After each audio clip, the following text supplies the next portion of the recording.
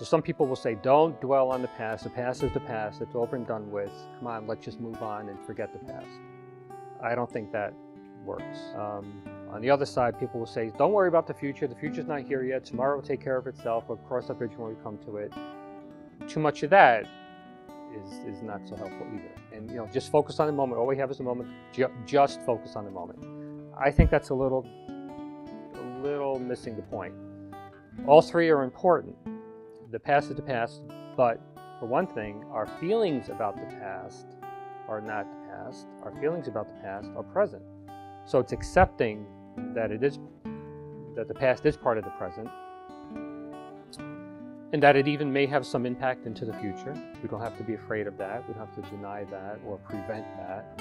But it's learning how to roll with all this, learning how to cope with it. So I think the goal is to try to appreciate the journey, appreciate the moment, appreciate what we have, appreciate the hard work that we're doing to be able to enjoy it as we're going through it, and not be looking for the greener grass on the other side of some definition of success.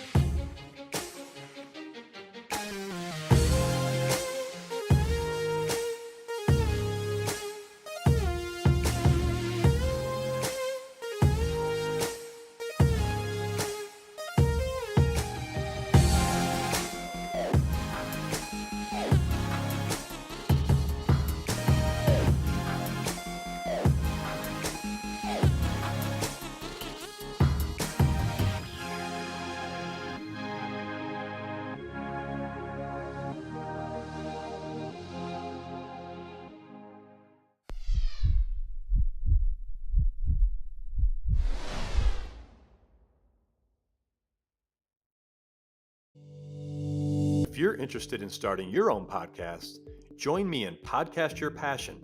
I'll take you through my 8-week course where I'll mentor you to build a world-class podcast. I'm only taking on a small group of people who want to share their passion through broadcasting, where I'll have you up on iTunes and YouTube within weeks so you can podcast your passion.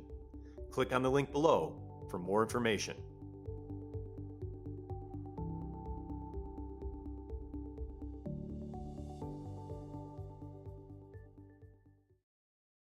This week on American Real, we bring you psychologist Dr. Art Frenz, who received his Ph.D. from Syracuse University. Our conversation focused on what it means to live well, and we also talked about mindfulness, his newspaper column that he writes on a monthly basis, and how our diet can actually affect our lives. So sit back, relax, as I welcome Dr. Art Frenz.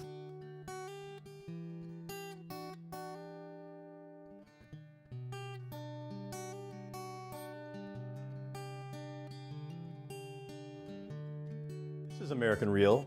I am Roger Brooks. My guest today is psychologist Dr. Art Frenz. Having an early interest in psychology, you entered Brooklyn College with a major in psychology, and where your interest in psychotherapy deepened. You pursued a doctorate in clinical psychology and graduated from Brooklyn College before earning your Ph.D. in clinical psychology from Syracuse University. Between 1990 and 1992, you worked as a staff psychologist at the Tioga County Mental Health Clinic in Owego, New York, and then entered a group private practice before eventually having your own. Dr. Frenz, welcome to the show. It's a pleasure to have you here today. Thank you so much for having me. And I've been doing a lot of catch up. I've seen your photo in some of your articles over the years, but you know how it is until you really tune in on someone, you know it's there. But I never really understood all the work that you're doing here locally. But with these articles, I think it reaches people far and wide, which is great. So I can't wait to talk about that. Me too. in your practice. Mm-hmm. But if you don't mind, let's talk about being the third of 6 children growing up in Brooklyn, New York, Yeah. in what I understand like a blue-collar income family. What was that like? Yeah. So I have an older sister, an older brother, and then 3 younger sisters. So 4 sisters, 1 brother. Tight quarters. My dad was a laborer. He worked in a warehouse, and my mom was a stay-at-home mom. So we always lived, 8 of us, in a relatively small apartment with just a few bedrooms and 1 bathroom. So we kind of lived on top of each other for many years. The way we're grouped, my older brother and sister are close in age, about a year apart, and then there's like 3 years, and then me.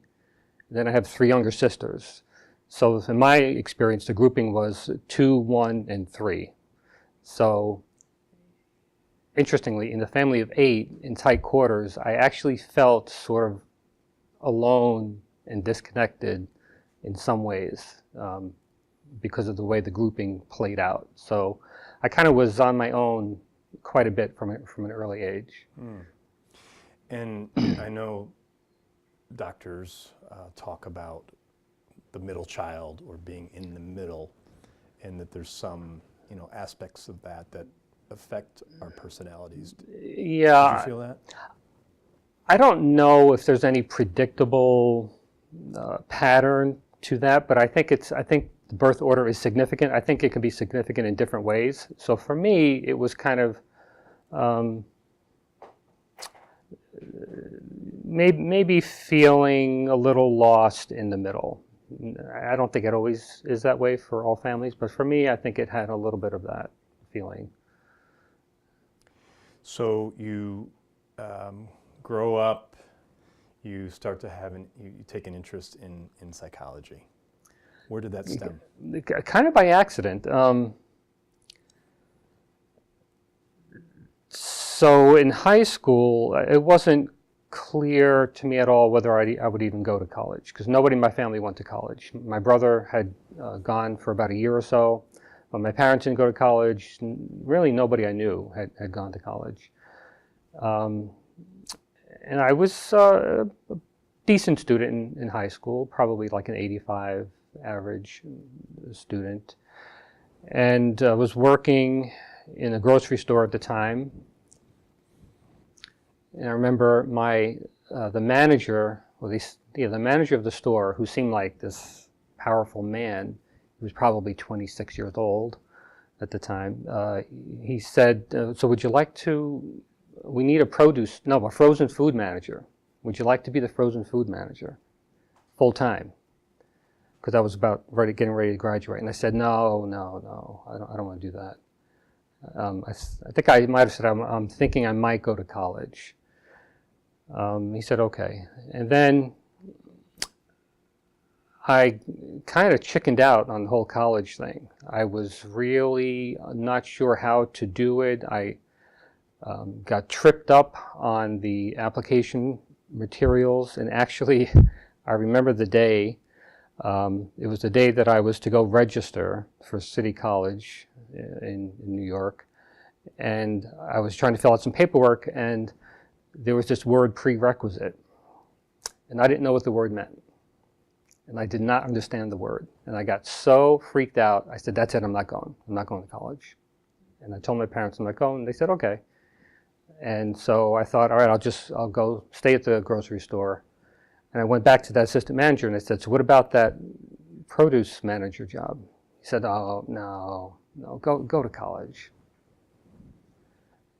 It's a 26-year-old guy. It actually played a little bit of a part in my decision, because if he had said, "Okay, sure," well, I might be in the freezer right now packing frozen food. So it made me puzzled, what to do. And so I did have a high school teacher that I was friendly with and talked with him. He said, "Yeah, go. Why don't you just try Brooklyn College? It's close. Just try it and see." So I thought, okay. So I tried, and he kind of knew me, and he said, "Why don't you try psychology? I think you might be good with psychology. So I decided to give it a try. And he was right. I liked it. It was a good fit from the start. And so my interest built, just continued to grow from there. What do you think he saw in you where he guided you in the direction of that? I think he saw me as a deep thinker. He was a history teacher, and I had had him for several semesters, so I'd written some essays or papers, and I think he thought that I was a careful thinker and insightful, I think. He would say things like that. So I think things like that he was picking up on. Mm. So interesting how those relationships can change the course of our lives. It's amazing how many times things like that have happened. These people make these innocuous, what they think are innocuous statements, but can make huge, huge differences.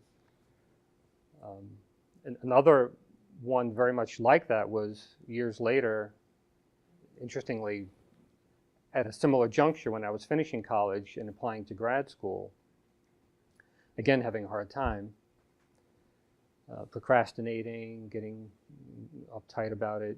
And my oldest sister had a boyfriend, and her brother was about my age, and he was going to Brooklyn College also. And he was a real confident go-getter kind of guy, very nice guy, but he didn't have any of the reticence that I had. And we must have had some family get-together, and he and I were taking a walk and talking, and I was telling him that I was having such a hard time getting these applications for grad school in.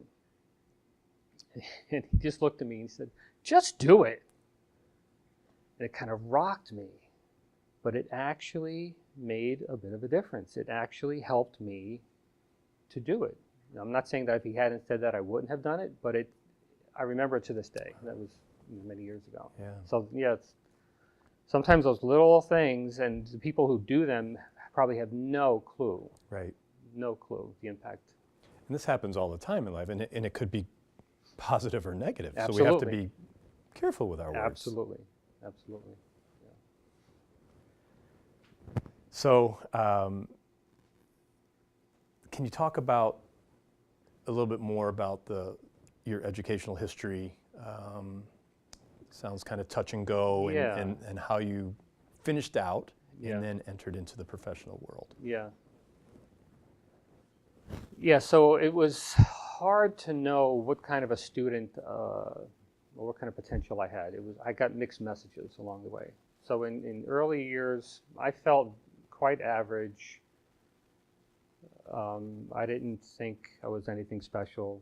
But in 5th grade, I must have taken some test, I don't even remember.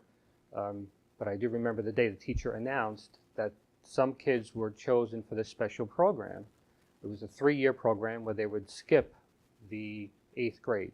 So it was you go to 6th, 7th, and then 9th grade in middle school. So this was the last year in grade school.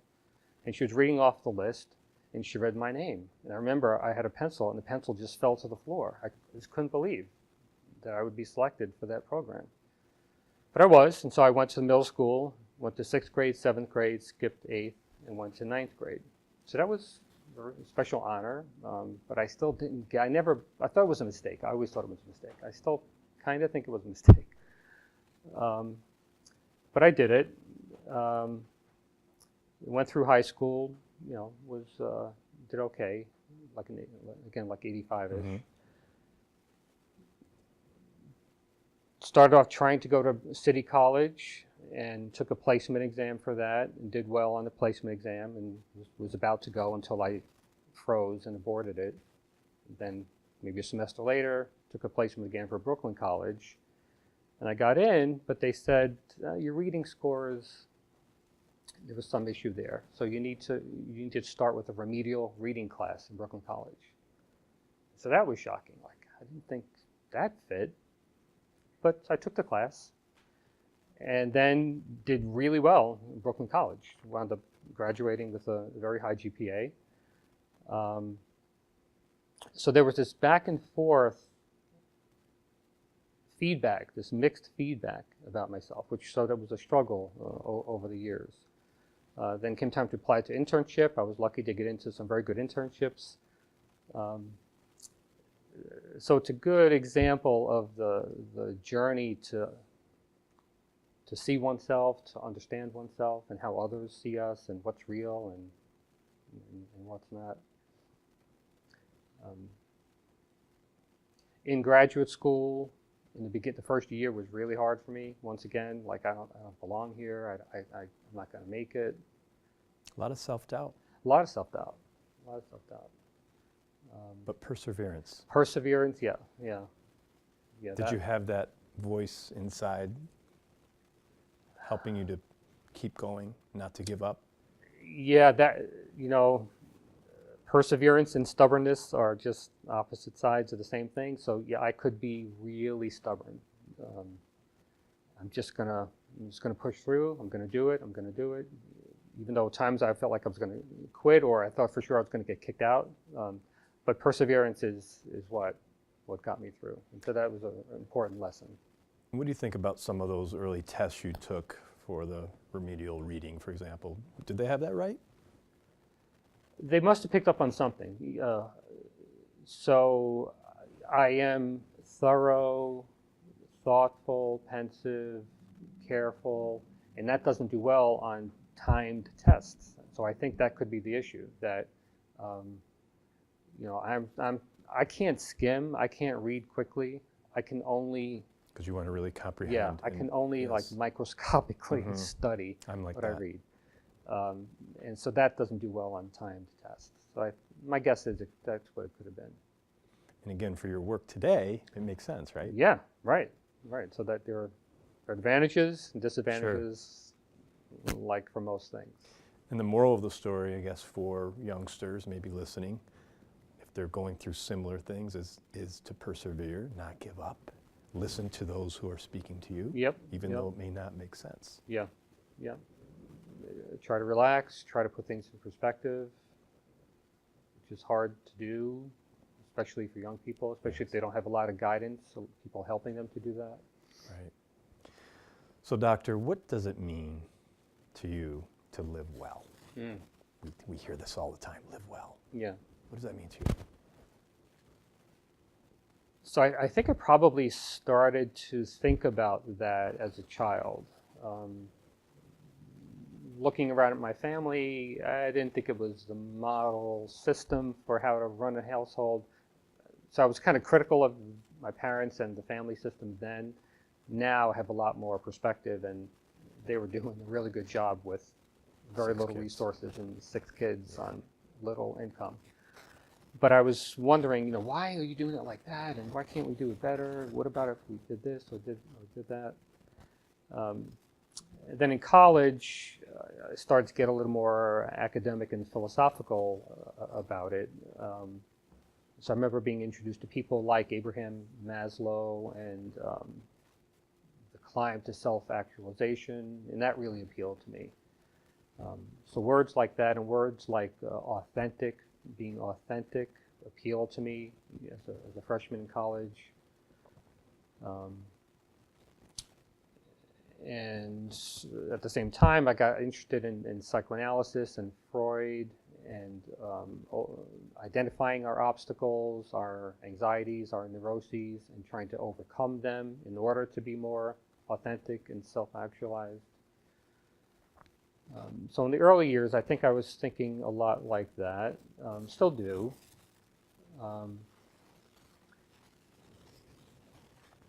So sometimes I think to live well is to find ourselves and to be ourselves, to be our best selves. An analogy that I sometimes use is if I think of all the instruments in an orchestra, it works best when every instrument knows what it is and does what it is. So if a piccolo knows it's a piccolo and plays like a piccolo, that's good. If a piccolo thinks it should be a flute, or is trying to be a flute, that's probably not so good.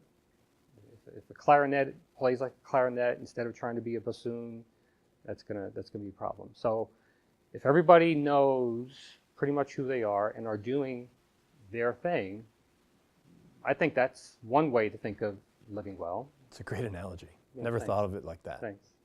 Yeah. Then, completely different perspective, from a faith perspective, we can think of not so much of an ego thing, living my best self, but maybe living what God wants us to, the way God wants us to live, and what is God's will. So that's a very different way to think about it. They probably can go together, but I think about that too, and try to learn about that and try to grow with that as well. So the spiritual realm Mm-hmm. of living well. Yeah, yeah. Living a life that's consistent with God's will. And that can mean different things to different people, Absolutely. depending on what religion you might be, Right, if at all. right. Yeah. But the will to do good, the will to serve others, Mm-hmm. things like that. Yep, yep. So my mom was a strong Catholic. My dad was a Lutheran, not really practicing Lutheran, but he was a good husband and he followed my mom. He went to Mass with my mom every week, and he supported her in her faith, and so he agreed to raise the kids Catholic. So we were raised Catholic, and I was pretty good about going to Mass and so forth until around age 16. And I remember it stopped when I took driver's ed at 16 in Brooklyn. It was at this Jewish facility that happened to have the classes, and they had the classes like Sunday at 9 o'clock, which is when we would go to Mass. So I said, okay, I'll just go there instead of Mass for these 6 or 10 weeks, whatever. When I did that, I realized, oh, I really don't like going to Mass. I think it was still in Latin at the time, or maybe it was just making the switch from Latin. And so I just stopped going and started to think the whole thing was ridiculous and stupid. And I think I thought of myself as an atheist around that time for quite a while, for about 16 years, from 16 to around 30, 32.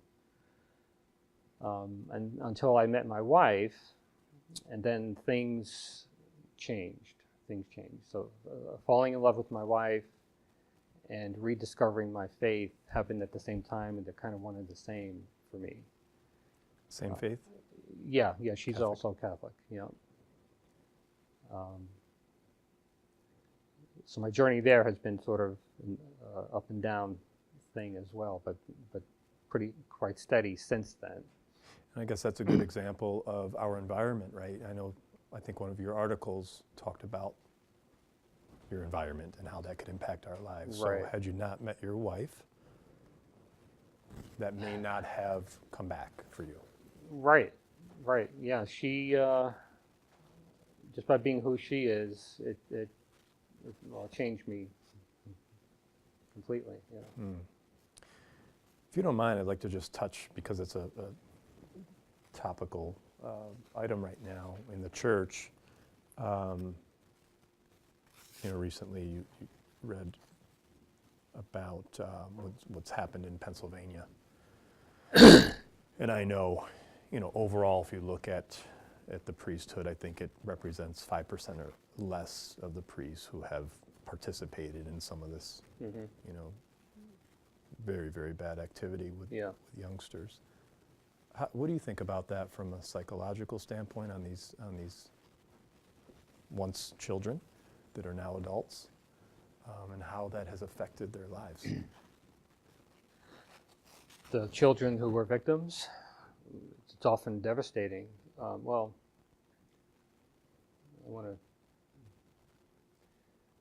It's often devastating at the time, but I don't think it has to devastate one's life. I think people can recover and heal and grow and be okay. So I don't think it's a permanent end of life kind of thing, but it's devastating. It can be devastating at the time, for sure. And it can have long-term effects, so it's profound. In your work,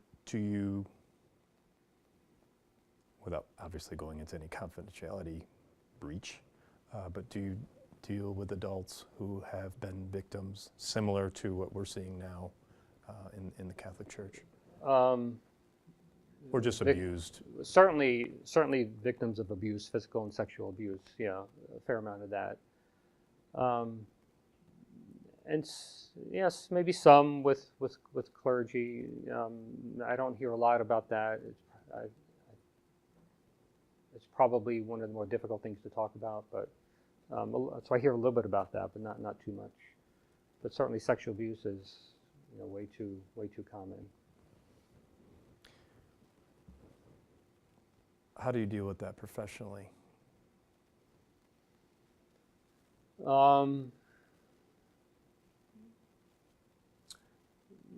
Like with all things, I think first I want to try to figure out how is this impacting your life negatively today, if at all. There are some people who either because they're very resilient or they've had good help along the way that they're coping okay, and it's not really interfering in their lives because they've done a pretty good job healing and coping and putting it in perspective and moving on. But for others, it impacts their lives. So I want to figure out how is it, if you're stuck as a result, how are you stuck? Are you stuck in being able to trust others? Are you stuck in your sexual relationship with people? Are you stuck in your self-esteem and blaming yourself, which is very common? The guilt, overcome by guilt. Why didn't I do something about it? I can understand why I didn't do something when I was really young, but by the time I was 12, surely then I should have done something about it, they think. They don't understand yet that it's way more complicated than that. So my approach is kind of a practical one. Okay, so this happened, and so how is it impacting your life now? And then let's see what we can do to adjust things so that it's less has less of an impact. Yeah, and I'm thinking about your recent article about living in the present. Does that play into your discussion with a patient in that oftentimes, and I do it all the time, dwelling on the past for and I'm trying to get better at it. Yeah. Yeah. Living in the present, is that key to overcoming some of these challenges that people have faced? Yes. So the past, the present, and the future are tricky things in my therapy work.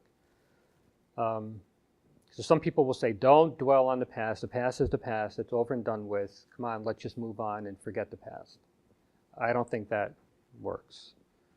On the other side, people will say, don't worry about the future. The future's not here yet. Tomorrow will take care of itself. We'll cross that bridge when we come to it. Too much of that is not so helpful either. And just focus on the moment. All we have is the moment. Just focus on the moment. I think that's a little missing the point. All three are important. The past is the past, but for one thing, our feelings about the past are not the past. Our feelings about the past are present. So I may be upset right now about something that happened 35 years ago. So that's relevant. So it doesn't go away. We don't need to make it go away. In fact, the challenge is more the opposite. It's to incorporate it. It's like threads that are woven into a fabric. It's there, into the fabric of our life. And it's okay. If we can try to come to terms with it, that it's okay that it's part of the fabric. It has problems, but it is what it is. And, we can learn valuable lessons from those bad things too. So it's accepting that that the past is part of the present, and that it even may have some impact into the future. We don't have to be afraid of that. We don't have to deny that or prevent that. But it's learning how to roll with all this, learning how to cope with it so that we can enjoy the moment without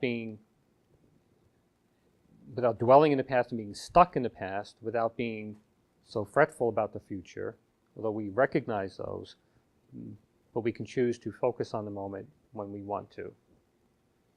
So I see what you mean when you say it's a little tricky. Yeah, yeah. As an individual, as you're talking about that, the first thing that comes to my mind is balance. You know, don't go one way Right. or the other, or Right. stay right here. It just Right. seems like you need to move. There needs to be some flow, but don't really get stuck anywhere. Right. Yeah, balance.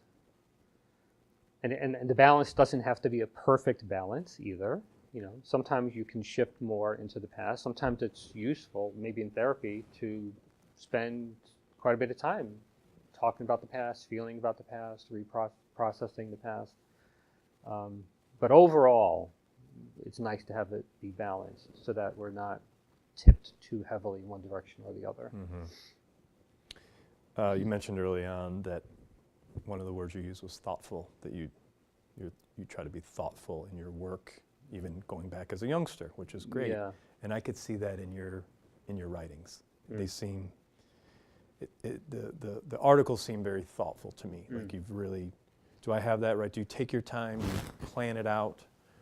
How are you, when you come up with a topic, what happens? So do you do an outline? Say, okay, I want to cover these points, so let's take this latest article, notice the present moment. Right. How did that come to life? Right. That came by my interest in the word notice. So I really wanted it to be an article about the word notice and what does it mean to notice. And for me, that's a big part of mindfulness. I think it's a really cool and special word.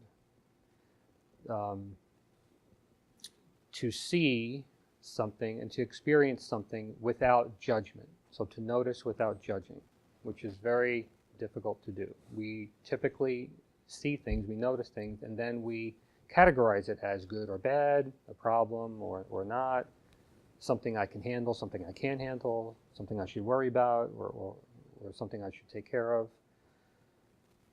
So mindfulness for me involves being able to notice things and to relax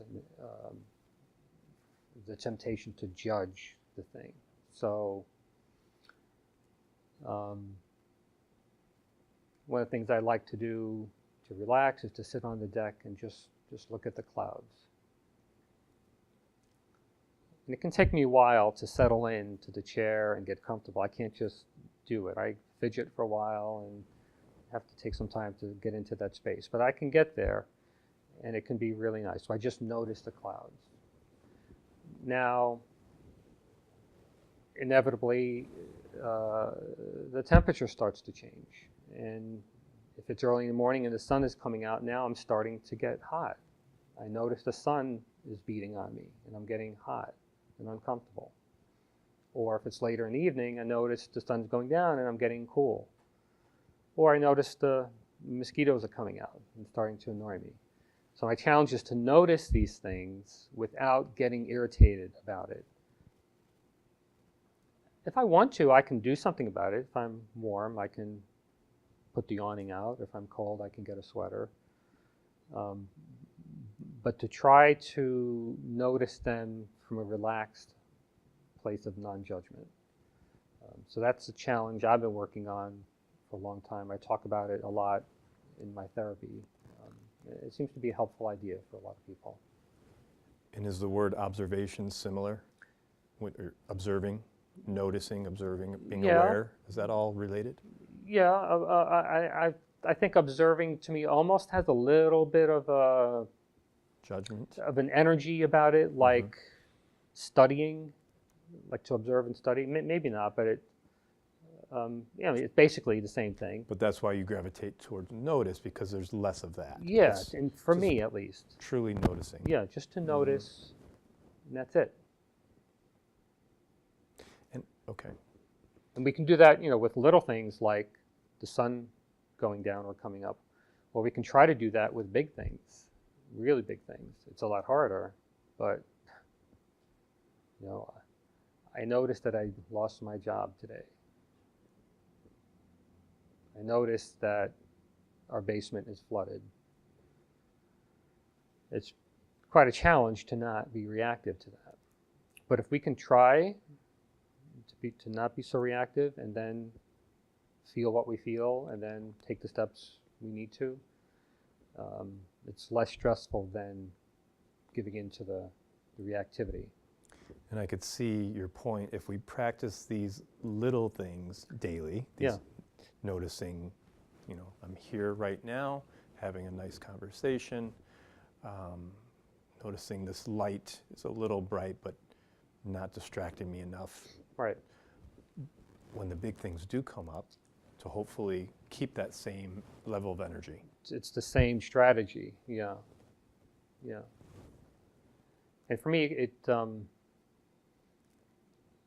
comes down to a judgment as to whether this condition is tolerable or intolerable. And really, very often we judge things very quickly as intolerable. The sun's coming out, now I'm getting hot, I can't stand this.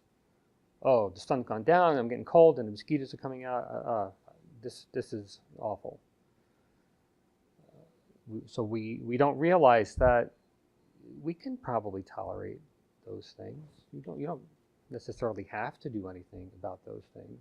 And that's true for a lot of things.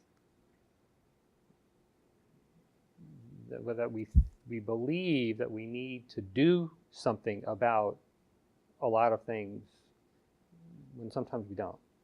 Now, is that human instinct or is that our culture or a combination? Good question. I don't know about the human instinct. I'll have to think a little bit more about that. But definitely our culture, I think, destroys us in this way. Yeah, right.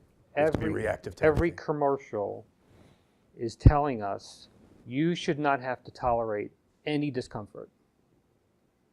We have a pill for anything you might feel. We have a car for you. We have perfume for you. We have anything you need to feel perfectly comfortable. You should not have to tolerate anything uncomfortable. And I think that is an awful message in this culture. Because people grow up believing that, and so they don't know how to tolerate anything uncomfortable. We want to fix it. We want to get rid of it. So all this conversation about noticing the present moment, how does that translate to an article? Do you have it up here and you're just writing it, or I'm just trying to get to the mechanics of that. Yeah, so it's a word that I have been thinking about for a long time, talking about in therapy, or talking about with my wife as we take our walks together. So I know that it matters to me, and I have a bit of passion about it. So now I have a list of ideas for articles. It's probably 15 pages long. There's tons of ideas, but I almost never use them. When I sit down, I pick the topic when I sit down, and I try to find, okay, what's fresh and alive with me right now? Yeah, that noticing thing. I've been thinking about that noticing thing lately. Let's go with that. So I don't make an outline. I don't know all that I want to say, but I say, let's just start. And I want to start with what's the main point that I want to get across? And I just start there, and then I kind of go into some place, and I need it to be really quiet and tune everything out, and just try to think about what am I trying to say? Why do I care about this? Why am I passionate about it? What am I trying to get across? And then let's just try to put it into words. Mm-hmm. And you give details and you give examples, and so people could relate to the topic. But I like, back to the thoughtful point, it just, the articles read very thoughtfully.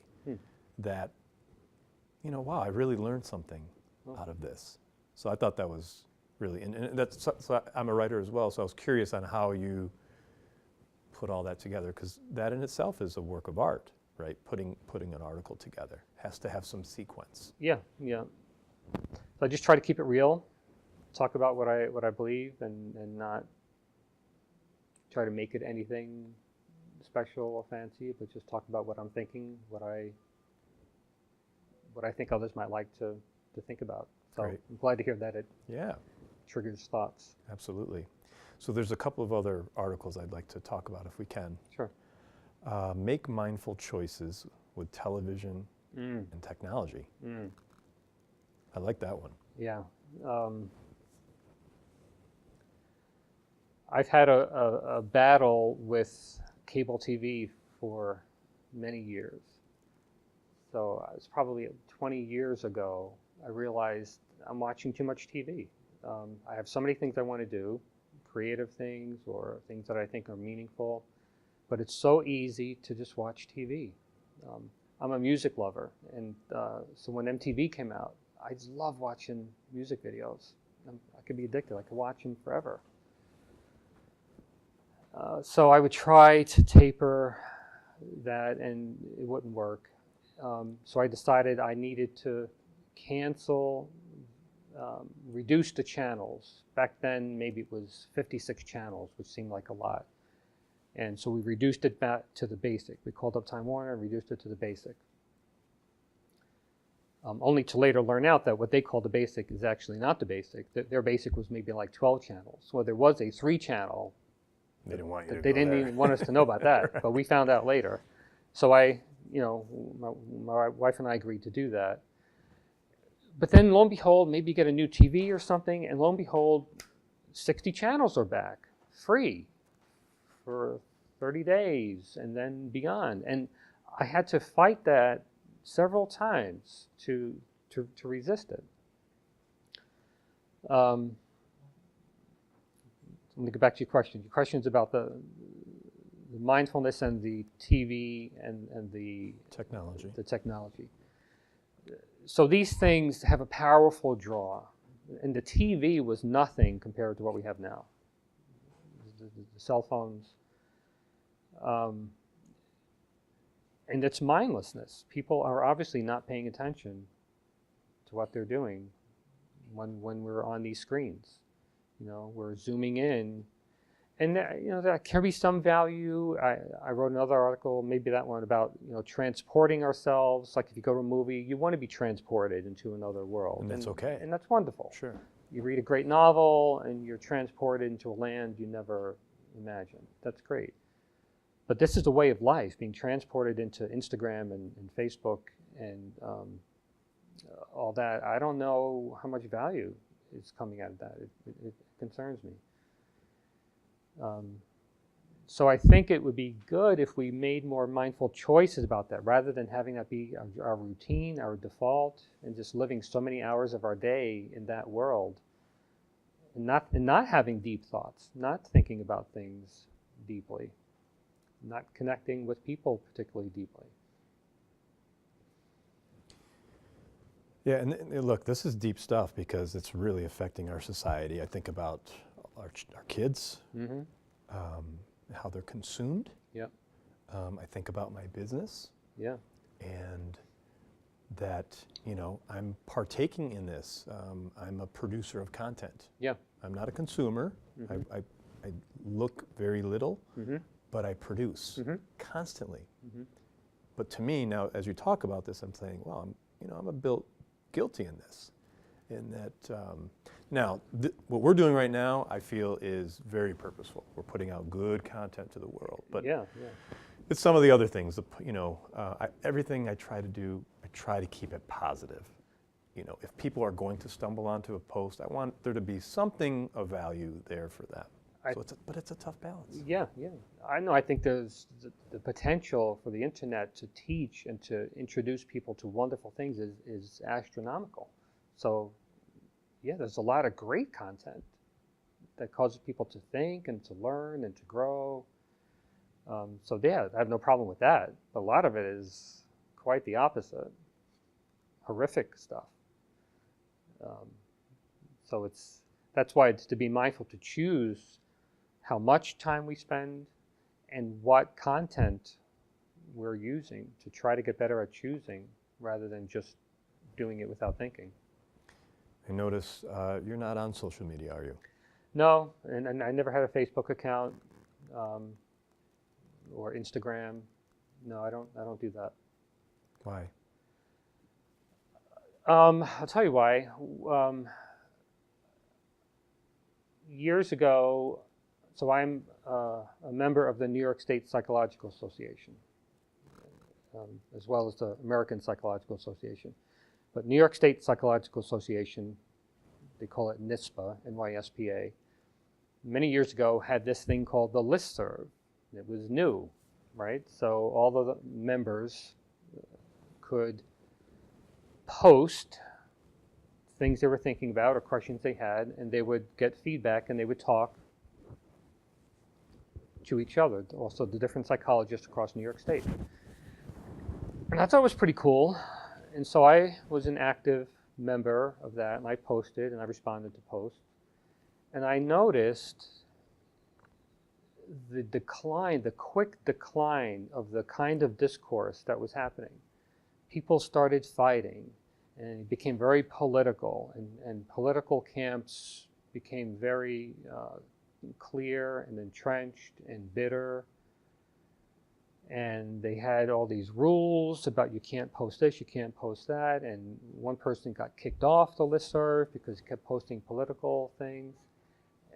And I just saw inevitably any conversation would continue to decline. And these are psychologists who are supposed to be good communicators and respectful. So that was one part. And the other part was I noticed that I was hooked. So this thing, they didn't have likes back then, but if I posted something, I'd be curious later, did anybody read my post? And did anybody respond to my post? So I would go back and check, and I started to not like that. Like, what's up with that? I didn't like that. So after several years of that, I just said, no, I don't want to do this. I don't want to participate. So I signed off from that listserv. And it was after that Facebook and all the other things came. And I just realized, no, it's pretty much the same thing for me. It's the same trap for me. So I'm just not interested. There are some valuable things, for sure. And I know people get a lot of good things out of it. Keep in touch with family and grandkids, and you can learn new recipes and all that. That's wonderful. But the cost for me is not worth it. What do you think about what it's doing to our children? The social media. Social media? Yes. I don't know. I worry about it. I don't know. I suppose it's a mixed bag. I'm sure there are some good things. I feel like I'm getting old and I have old-fashioned ideas. The whole dating scene has changed so much that I try to not to be too old-fashioned to roll with things as they come out, but I just don't know that people know how to meet each other anymore without the social dating apps. That just seems to be the way people do it. And I'm sure sometimes that works out well. I see a lot of cases where it's not looking so good. So I don't know. Maybe I'm just getting a little old and. Yeah, and I think communication in general, I see even with my own children, it's all communication through text or Snapchat or whatever platform they're using. And I want to pick up the phone. And even I see it in the business world too. People do not like to talk on the phone anymore. Right. It's difficult for me. Yeah. As I'm sure it is for a lot of people. Yep. Maybe in our age range. Yeah. Texting certainly can be very efficient and helpful, but it can also help us to avoid the challenge of intimacy. And I think intimacy is a challenge. I think we have an approach avoidant relationship with intimacy. We want it, but we're also afraid of it. And the social media makes it way too easy to avoid it and to not learn the skills of navigating intimacy and dealing with the fears. When you say intimacy, what about being intimate with ourselves, really understanding ourselves first? Is that something that comes out in your work quite a bit when you deal with your patients? Absolutely, yeah.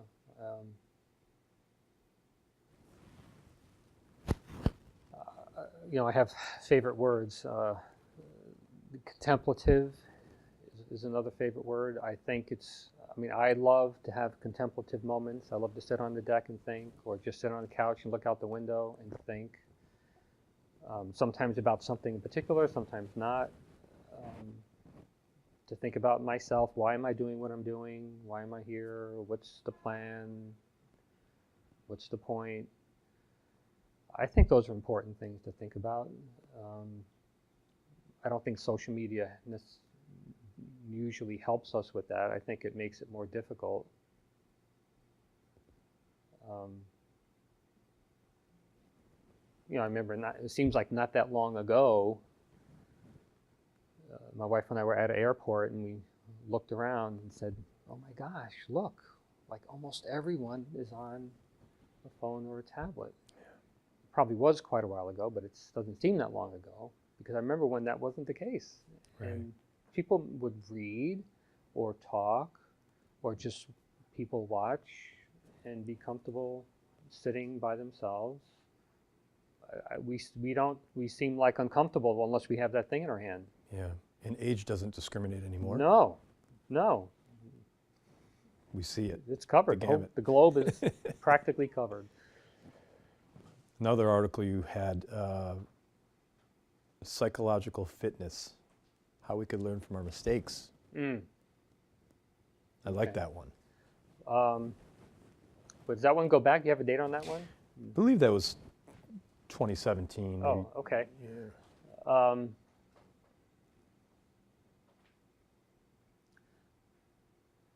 It's a funny thing, once I write an article, you don't really go. it's kind of gone almost. Same with this. Yeah, but I probably was talking about the challenge to take in the lessons from mistakes and not beat ourselves up for mistakes that we make. And actually learn from them, right? Absolutely, yes. Absolutely.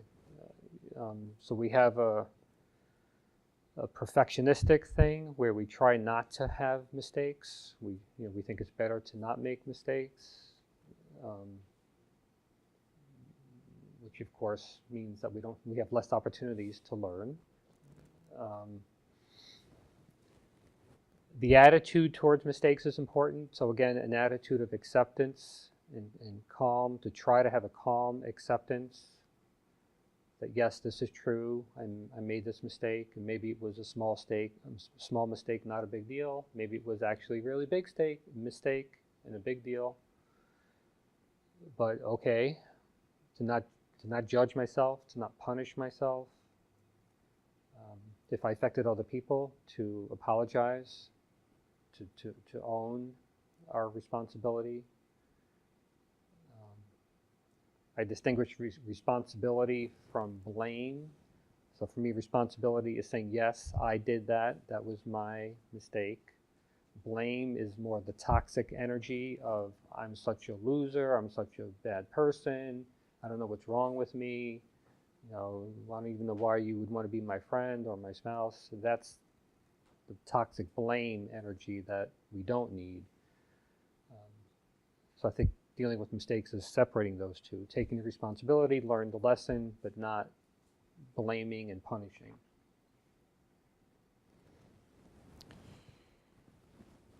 I like that. And to that point, the next article that I found interesting was The Art of Apologizing. So I have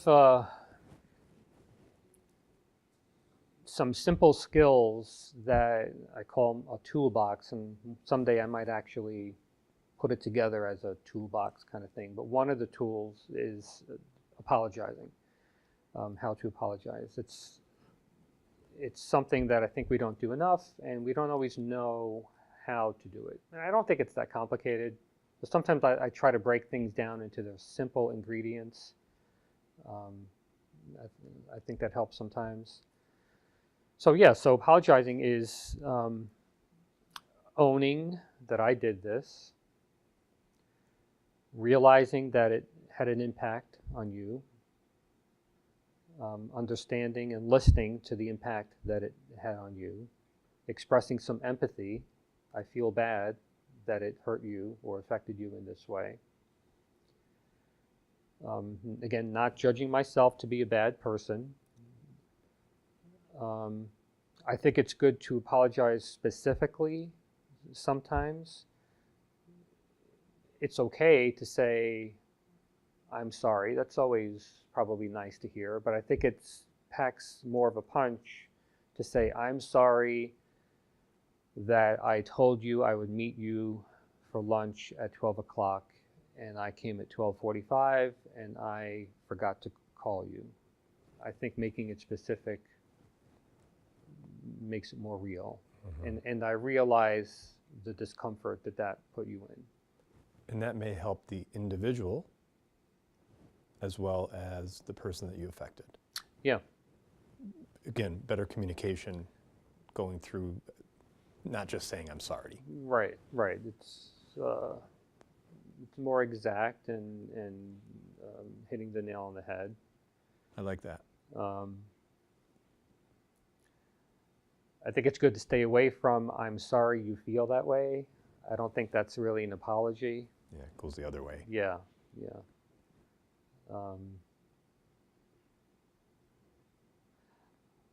I think it's important to make an apology such that the goal is to make the apology. The goal is not to get the person to respond with forgiveness or anything. And that we get tripped up with that a lot. I said I was sorry. Why won't you forgive me? How can you still be mad at me? Why are you still mad at me? I said I was sorry because we're expecting that if we apologize, the other person should then respond the way we want them to. And that's up to them. So if we apologize, it's a gift. I was just going to say right? that. Isn't that the same as when you give someone a gift? You Yeah. shouldn't expect a thank Yeah, you. right. You're doing it for the gesture of the gift. Right. Or even, we have the phrase, I owe you an apology. And I think that's interesting. It's yours. I have this apology within me. And it has your name on it. It's yours. So I'm just giving it to you. You deserve this. And you're saying that's okay? Yeah. Okay. If I feel like I owe someone an apology, I'm not crazy about me telling somebody else, you owe me an apology. Right. That, I think, gets into a different dynamic. But if I am reflecting and say, I owe this person an apology, so I'm going to give it to him or her. And then what he or she does with it is up to him or her. Now, what about the person that is apologetic all the time? That's probably... It's a pattern, yeah, daily. It's probably not what I would consider really apologizing. It's probably more wanting to be forgiven and to be let off the hook. Or it could be that. Maybe it's a couple of things. It could be that, please forgive me. I'm sorry. I'm so sorry. Please don't be mad at me. I can't stand it when people are mad at me. It could be that. Or it could be reflection of a self-esteem problem. That I know I'm sorry. I'm such a blank person. I always screw up. I'm so sorry. Or it could be a way of keeping people from being angry or kind of preemptive. Yeah, preemptive, exactly. Mm-hmm. Yeah. I'm sorry, not being afraid to handle the heat if we did upset someone. Yeah, and I also think about the person who's maybe constantly late or never follows through, and they may always apologize in advance of the situation. Yeah.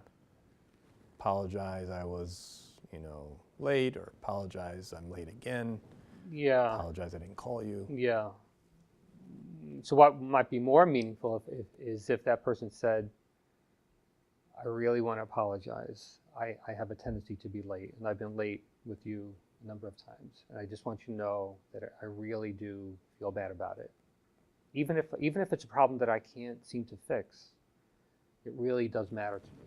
So I'm sorry that I have this ongoing problem.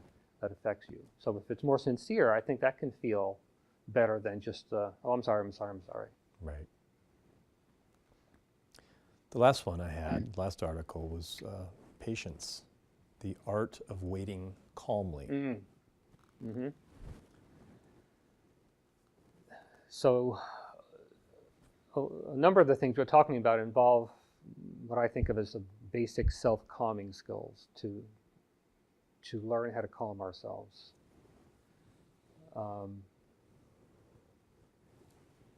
Which I always think of as 3 pieces. I think of learning how to breathe slowly, learning how to relax our muscles, and learning how to think clearly and reasonably and compassionately. And I can talk a lot about all of those pieces, but that's my 3-pronged approach to self-calming. Slow breathing, relaxed muscles, thinking that's reasonable and compassionate. So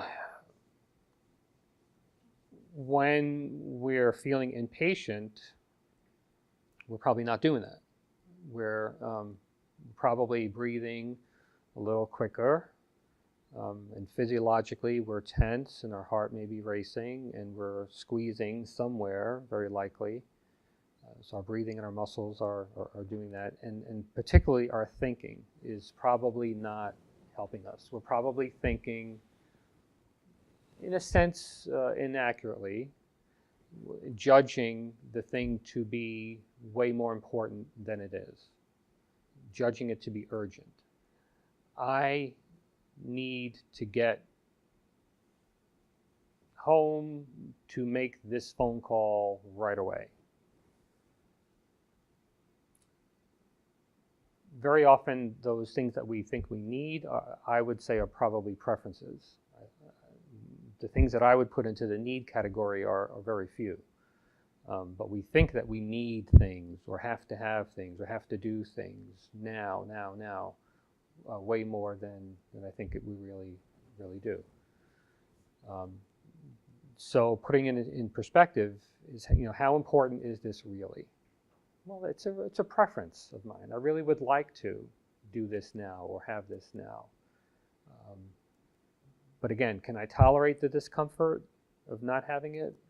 Probably. I could probably tolerate it more than I think. So it's partly physiological, partly cognitive in how we perceive it, and then working with our emotional state. And I'm just thinking about different personalities. How does someone who's, we're having a pretty calm conversation right now. I've had guests that are very hyper, and and that's just their personality. How can they get to that state, or do they? Is that just the way they're just up a notch in their charisma? I suppose people have different physiologies. I suppose obviously people have different genes, different biologies. They may have different chemical things going on. So I think we're different physiologically. So some people might be more prone to be energized and intense. But I think they could definitely learn to dial it back if they wanted to, if there was a reason to. I think even a person like that can learn to meditate, can learn to sit calmly. May be more challenging. So he or she's not going to change their genetic structure or their chemical system, but they can learn habits to slow their breathing and relax their muscles and to think reasonably and compassionately without judgment. And I guess that's my question, is someone who is at a higher intensity level, are they able to breathe calmly at that level or not? I mean, my gut reaction is no. How could you? How could you breathe calmly if you're always hyper and talking loud and moving and this and that? Mm-hmm. But can they figure that out where they're at their own calm? Yeah, it gets kind of nuanced. I think it's probably possible for some people to be intense but inwardly calm at the same time. The analogy that comes to mind is years ago, for whatever reason, I used to watch a lot of boxing. I was interested in watching boxing. And I would hear the phrase of boxers relaxing in the ring. And I thought, now that's an interesting idea. You're in a ring and someone is punching your face and your stomach and trying to knock you out and you're trying to relax? But actually, yes. And it's probably true for all sports or for military, for maybe for any intense endeavor, to have an inner relaxation, even though we're doing intense things. So I think it is possible. I think that's a real tricky, maybe even more like a peak experience kind of thing. So I think it's possible. But probably more likely for the average person who's being intense like that, they're probably kind of charged. And, right. Yeah. Yeah. But if maybe you meet a real extraordinary person who's up there in intensity but inwardly calm, that would be cool. Yeah, I think about the pitcher in Game 7 that bases are loaded and 2 outs, they need one more strike. Yeah. You know, how do you stay calm in that moment? Yeah. Where you're not going to throw a wild pitch. Right. Or if you're on the foul line and you need to make this shot or the team's going to lose. Right. Right. So the thinking, if they're thinking, oh my gosh, it's all on my shoulders. If I don't make this free throw, the game's over and I will have lost the game and the championship. If that's what they're thinking, that's not going to help. And that's what we hear. You could psych yourself out. Yeah. This is great. This is a great conversation. I have a few more questions if you don't mind.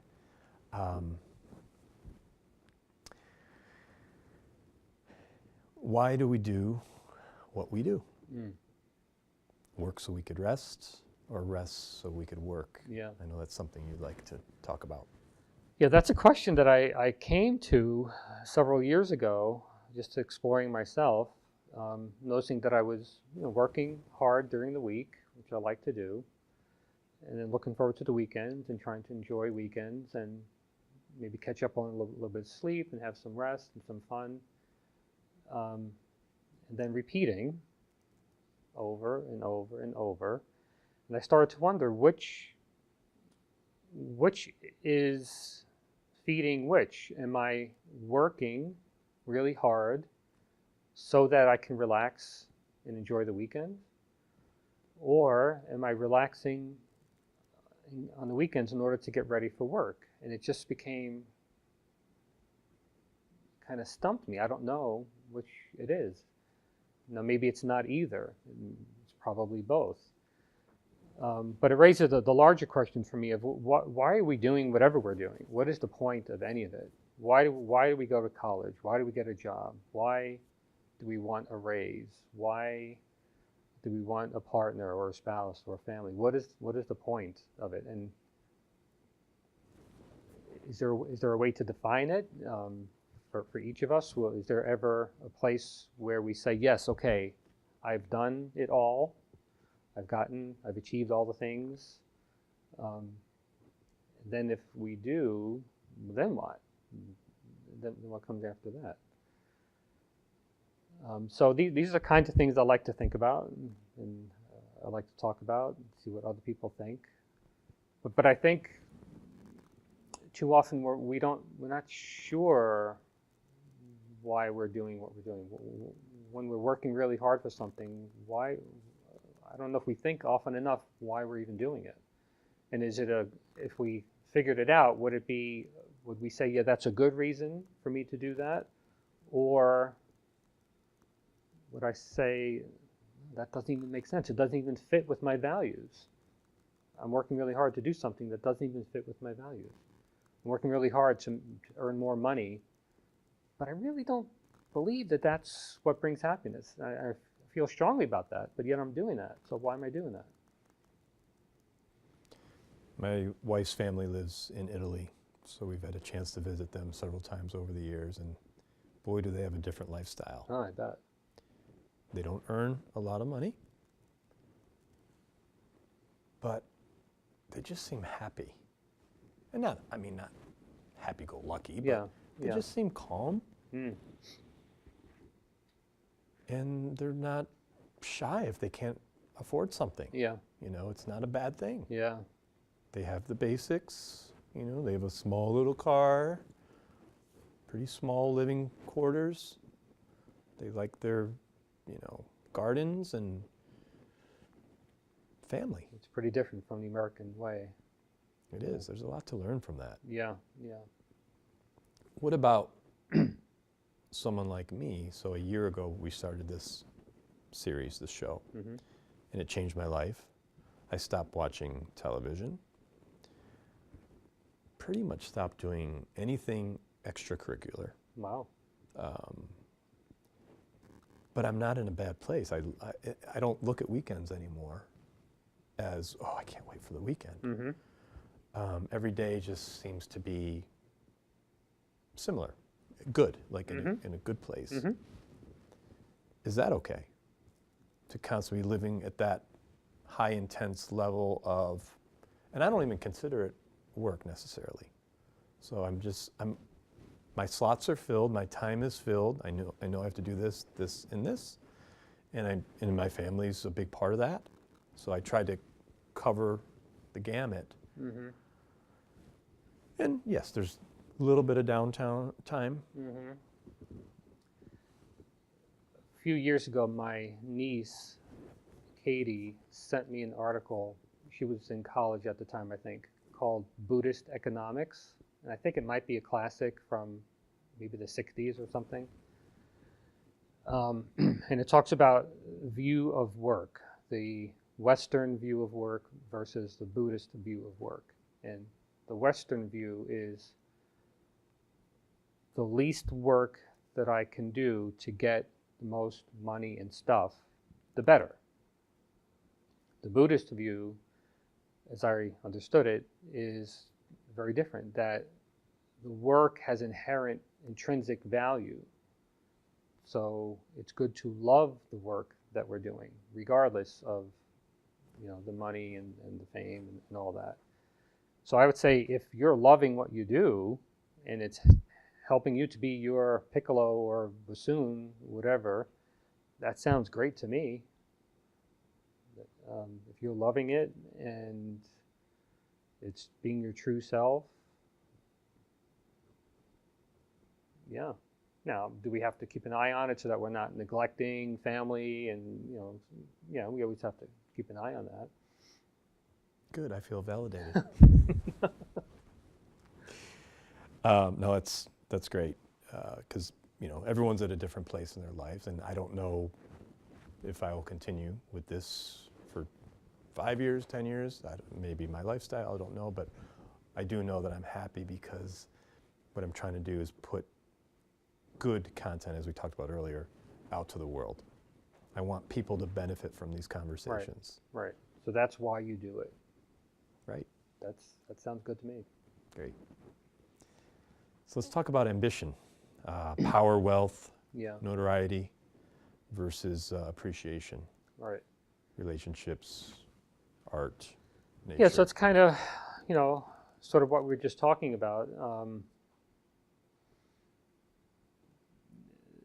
The word ambition I've thought about, is that a good thing or a bad thing? It's used both ways, I think.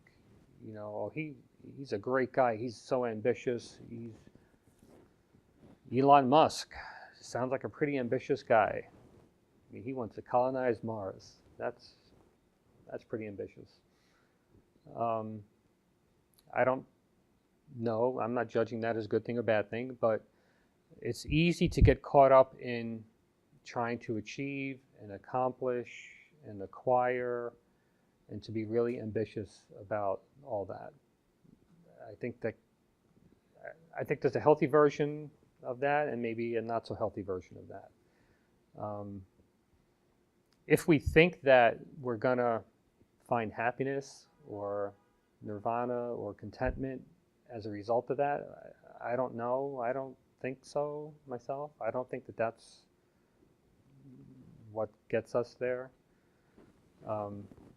So there's a paradox. I think I'd like people who work hard, who have dreams and passions and pursue them really fiercely, but not necessarily with the ambition that so that I can be wealthy or powerful or famous or successful and then somehow then live the life I want to live. That seems like kind of a mistake. So I think the goal is to try to appreciate the journey, appreciate the moment, appreciate what we have, appreciate the hard work that we're doing to be able to enjoy it as we're going through it, and not be looking for the greener grass on the other side of some definition of success. Yeah, I think of gratitude and appreciation. Yeah. So important. Yep. We're having our 1-year anniversary party tonight, and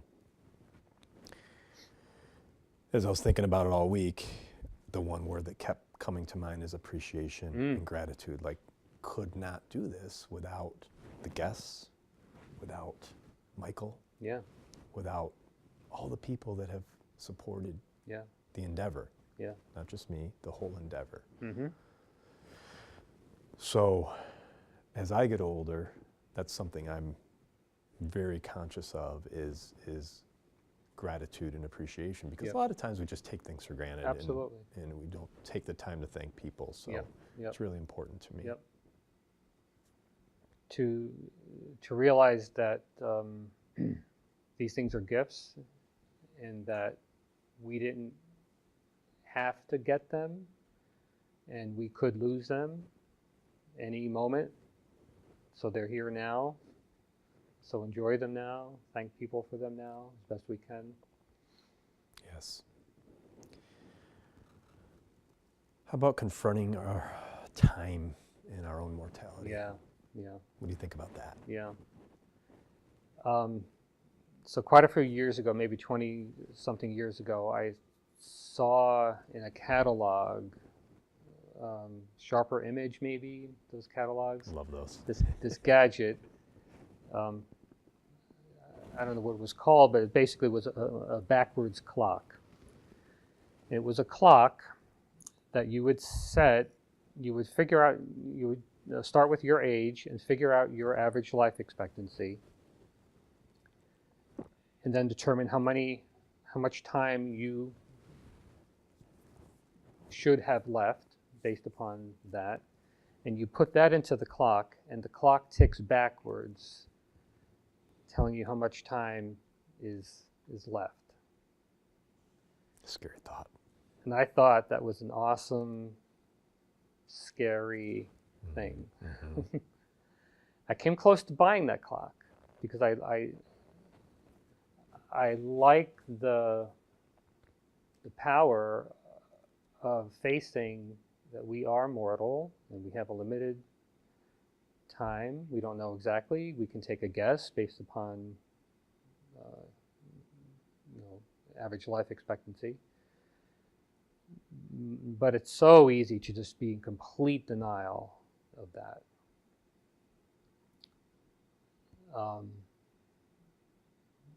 So I don't spend all day thinking about that, but I probably think about it every day. I remember at one point I looked around at the books in my house, and I just did a very quick calculation. How many books have I read in the past year, and how many books can I see right now? And at the rate that I was reading, there is no way I would ever read all the books I have right now. And I'm still buying books. So what do you do with that? So what I try to do with that is to make some adjustments. And so maybe what I do with that is I cancel my cable TV or whatever is drawing me that I don't think is a good use of my time. And maybe I try to read a little bit more. These kind of, when I talk like this to my wife, she gets a little like, oh, come on, don't think too much about that. But she gets it. But or vacations, So how many vacations am I going to have left? I would like to think, oh, we can go on all these vacations. We can go here, there. Well, actually, I can count how many vacations we're probably going to have, right? Which means we should probably think a little more carefully about which vacations we want to take and when, and not live as if we're immortal. So it's not to be morbid, but I think it's to be real and to choose how we live with more intention. Right, every day. Every day. Because the vacations become the choices of our daily lives in, you know, is this the right choice today? Yeah, it's consistent with my overall plan. Talked about the backward clock. I have an app on my phone for that. So you put in, do? Wow. Yes, you put in, you know, your expected age. I think I put 80, 82, something like that. Wow. And I don't go on there often, but every so often I'll open it up to say, it's ticking. It's constantly ticking. It's a nice reminder. Yeah, I think it takes courage to do that, to look at that. Yeah. I think I erased it one time and then I brought it back. A little ambivalence, I can understand that. What about free will and choice?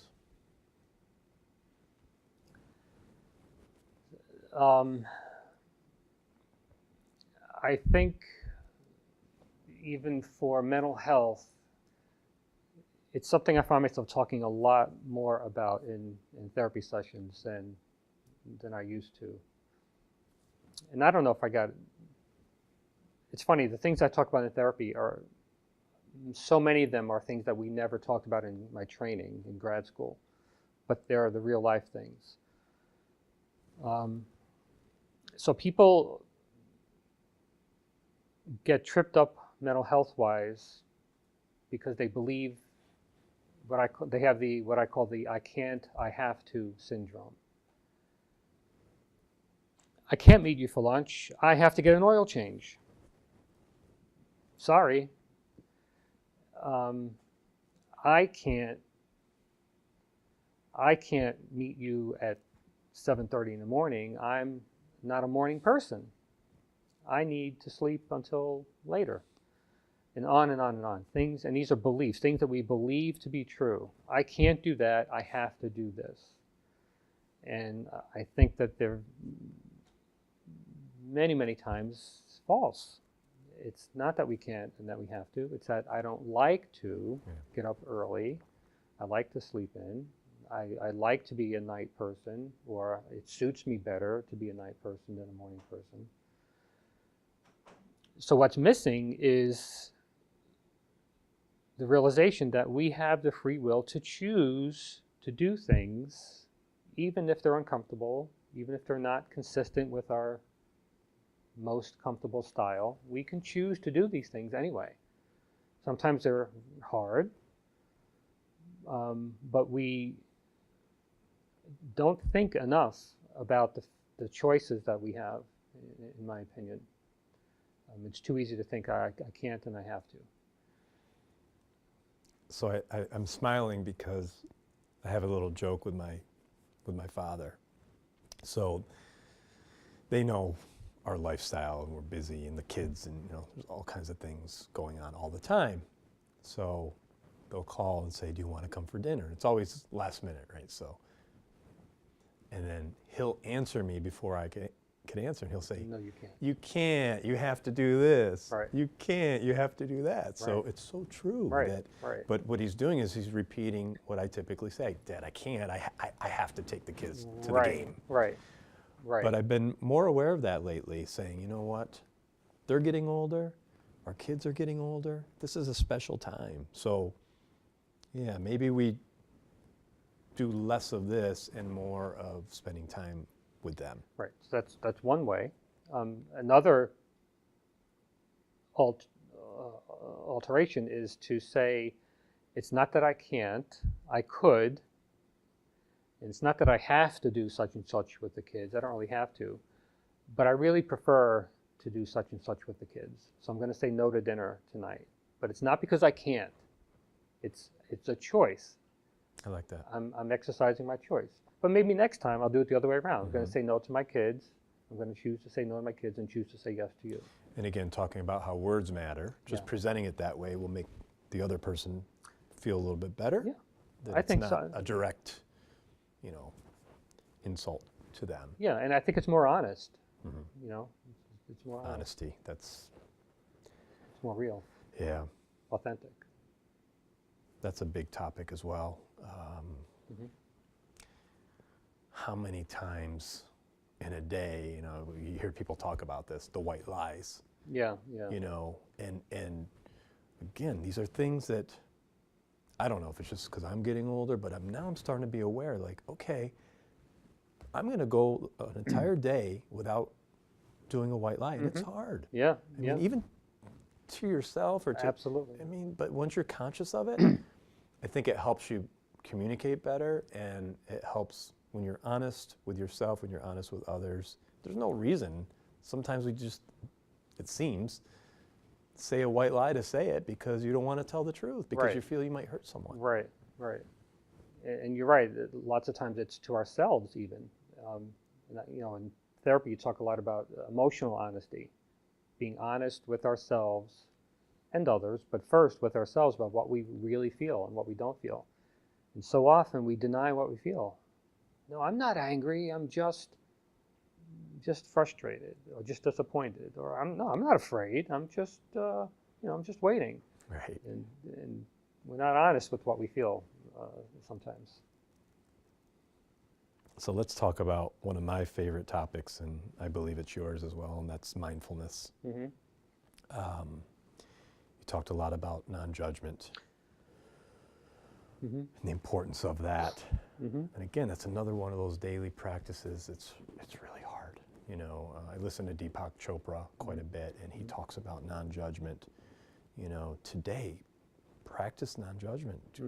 Just try to do it for today. Mm-hmm. And again, it's hard. Yeah. And then we can tend to judge ourselves because we're having a hard time being non-judgmental. So that we have layers of judgment. So yeah, for me, I think trying to notice and accept things as they are without judging them.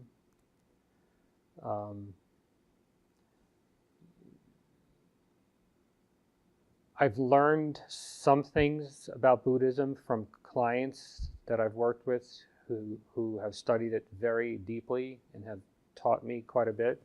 So the idea that all things are impermanent, I learned from my work with some people. So that's part of mindfulness, to understand that everything is just temporary. Everything is going to pass. All the things, all the people, all the moods, all the experiences, and to try to not get attached to them as a result. To experience them, notice them without judging them in the moment, as much as we can, without getting attached and needing them to be different. I need this pain to go away, or I need this success to come quicker. I also think of mindfulness as knowing what we're doing. I think it's good to ask ourselves often, okay, what am I doing right now? And sometimes we might be surprised. So if I'm taking a shower and I ask myself, what am I doing? Well, the obvious answer might be I'm taking a shower. Well, kind of, but maybe what I'm really doing is I'm worrying about going to work on Monday. That's really what I'm doing. I happen to be in the shower, but really what I'm doing is worrying. Or really what I'm doing is stewing about an argument I had with somebody. I'm repeating it, rehashing it, and fueling my resentment. Maybe that's what I'm really doing. So to ask ourselves, what am I doing really, I think is an important question. And then we have the free will to choose, do I want to stay on that channel or do I want to change the channel? So maybe I can say, you know what, I don't want to worry about work on Monday or stew about the argument I had. I want to take a shower. So let's feel the water and the warmth, and let's relax and enjoy the gift of the shower. So to me, that's a good example of mindfulness. Yeah, because so often we do these things all day long and we're not, again, in that moment, that present moment. Right, right. And, you know, texting and driving. What am I driving, or am I having an argument or planning a date on the phone? Well, both are occurring, but where's your experience really? Where's your head really? And the problem is too often it's really not on the driving. We all know that too well. Yeah. So, doctor, can we talk about taking psychology outside of the therapy room? Doing talks, your articles, the internet, you know, using these tools. Is this something that you're doing more of? Yeah, there's been a progression over the past 25 years or so. So around then, I love the therapy that I do. It's perfect fit for me. But I realized that it's so contained, it's so limited in terms of how many people I can talk to. I only have so many hours in a week, and that's it. So years ago, I was thinking of ways that I could reach more people, just have conversations with more people. So that, in conjunction with my wanting to work on my public speaking, I decided, well, let's put the two together and let's do some public speaking. So I went to Toastmasters for a short time, then something happened, I had to stop that, but I decided to start these talks at the group practice I was working in. They called it the Speaker Question Answer Series. I didn't want to lecture. I didn't want to have to prepare a meaningful talk, but I just wanted to talk about the things, kind of the things we talk about in therapy. I just wanted to talk about it in a larger group. And so I would find spaces like free spaces in the library, or maybe I'd rent a space for inexpensive, a few bucks, and put notices in the paper, having a talk, and I would name the topic. I would pick the topic. Maybe it would be mindfulness or something. And then people would come and I'd say, okay, so what do you want to talk about? Because I like to respond to other people's energy. So I would try to put the ball in their in their hands. Okay, so the topic is mindfulness. What do you want to talk about?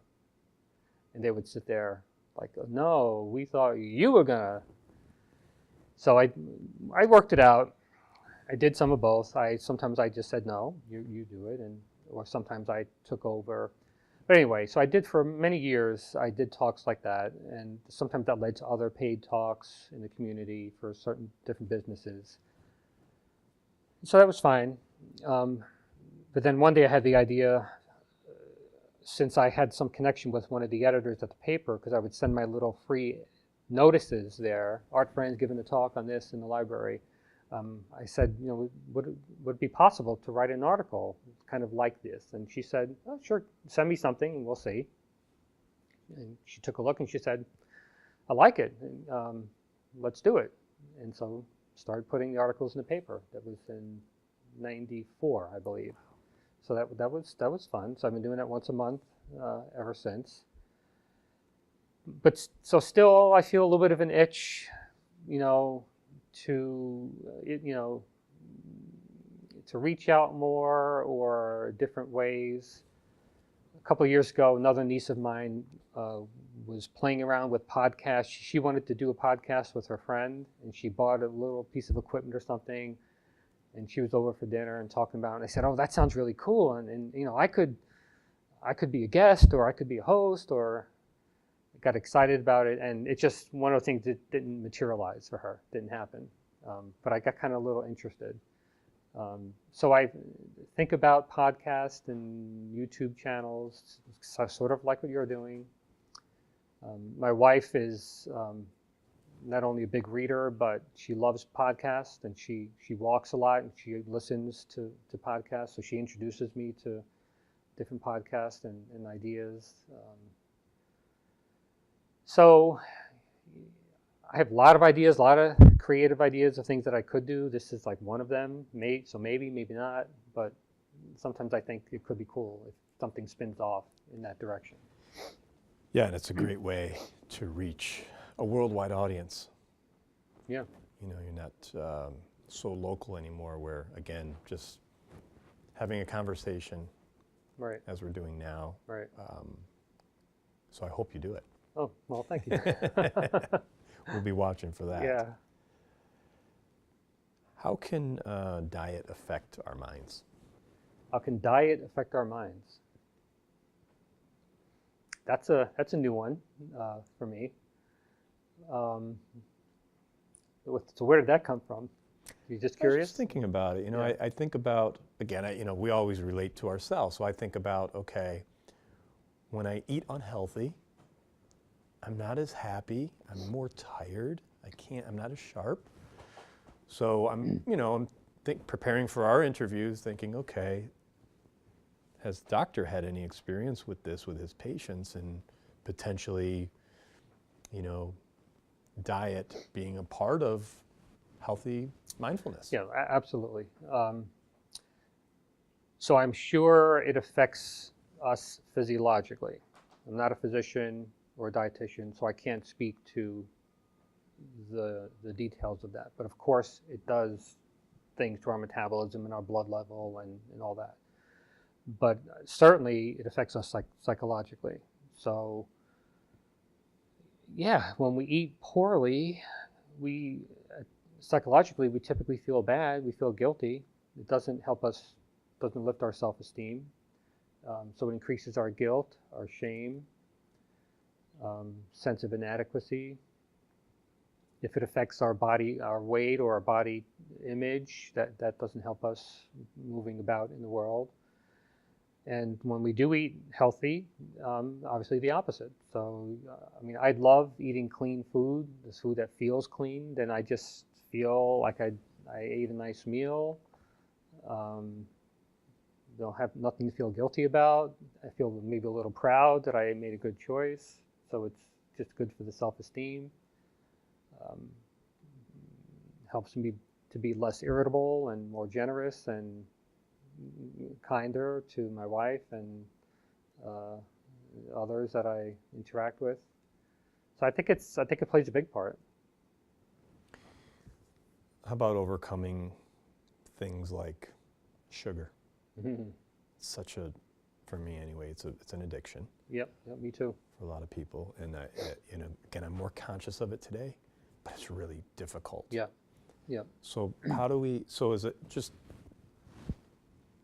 the general person listening to this who may not think about this, but it could affect their life?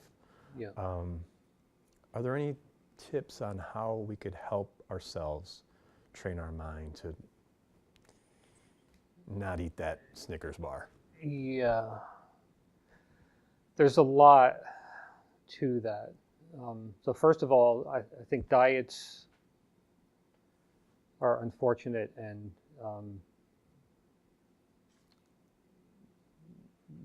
usually not the way. I think lifestyle change is the way. And lifestyle change has a lot to do with how we think about things and then choices we make. So people are different. Some people can, just like alcohol, some people can cut back and drink less. Some people can cut back their sugar. I love hot cereal. I put some maple syrup in my hot cereal. At one point, I looked at it and started to think, you know, I think that's quite a bit of sugar there. Let me cut it back. So I cut back. That worked. So now I have a new habit. I put about half that I used to. Ice cream is a different story for me. If I have ice cream in the house, it is extremely difficult for me I'm with you. to not consume it quickly. So I go out for ice cream once in a while. My wife and I love to get ice cream once in a while. But I make a policy. I think policies for oneself are really important. So I make a policy to not have ice cream in the house. And I rarely violate that. Maybe if I have a dinner party, maybe I'll have ice cream, there's a little left over, and I'm going to knock it off within a day. But I don't keep it in the house. It doesn't work for me to do that. So I had to make a hard line policy for myself. So we need to know ourselves which things I can sort of negotiate with and cut back on, and which things it's just not going to work. So I need to be firm about it. So there too, I can't, I have to. Some people can, well, I can't go without my ice cream. I can't go without dessert. Well, if you think that, you're doomed. You can. Can it be very uncomfortable? Yes. So I think some hardline policies are important. And sometimes it's little things like you go out to dinner, you're done with dinner, would you like to see the dinner menu? I'm sorry, the dessert menu. It's an important decision. You might say, I'm not going to have any dessert, but I'll just take a look. Well, that's a little risky, unless you're really good at looking at the dessert menu and not ordering. Sometimes it's better just to say no, right? But it depends on knowing yourself and what your risk level is. Great. Well, this has been an incredible conversation. I can't wait to share this episode. I think a lot of people will benefit from it. But I was curious if you could take out your cell phone right now and call the 20-year-old Art. What would you say to him? Wow. 20 years old. Okay, where was I at 20 years old? I was probably at that grocery store, maybe. I was in college. I was in college. I was working at the grocery store, and I was also working at a men's clothing store in Manhattan. So I was busy. Not that socially connected.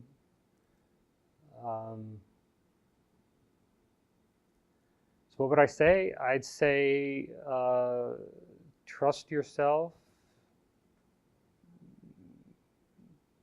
Keep at it. It's going to get better. Have faith.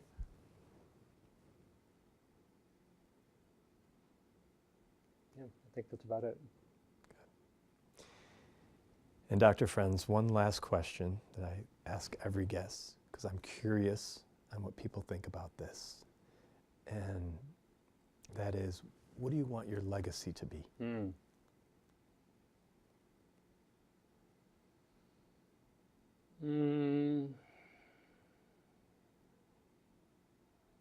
It's probably pretty simple. He was a good man. He loved his wife and tried to help people. Wonderful. Thank you so much. We appreciate you coming on. You're now part of the American Real family. Yay. And I met a new friend. Thank you. Thank you for having me. I really appreciate it. Thanks so much.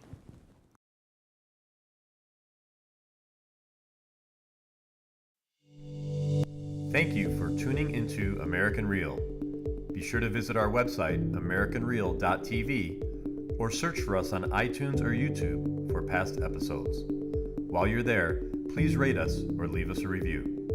You can also connect with me directly on Instagram or Facebook, or by emailing roger@americanreal.tv. Now, if you're wanting to find your voice and share your story, join our live tribe and experience our 21-day live video challenge, where the first cycle is absolutely free. Go to americanreal.tv/live-tribe to register. Thanks, and we'll see you on the next show.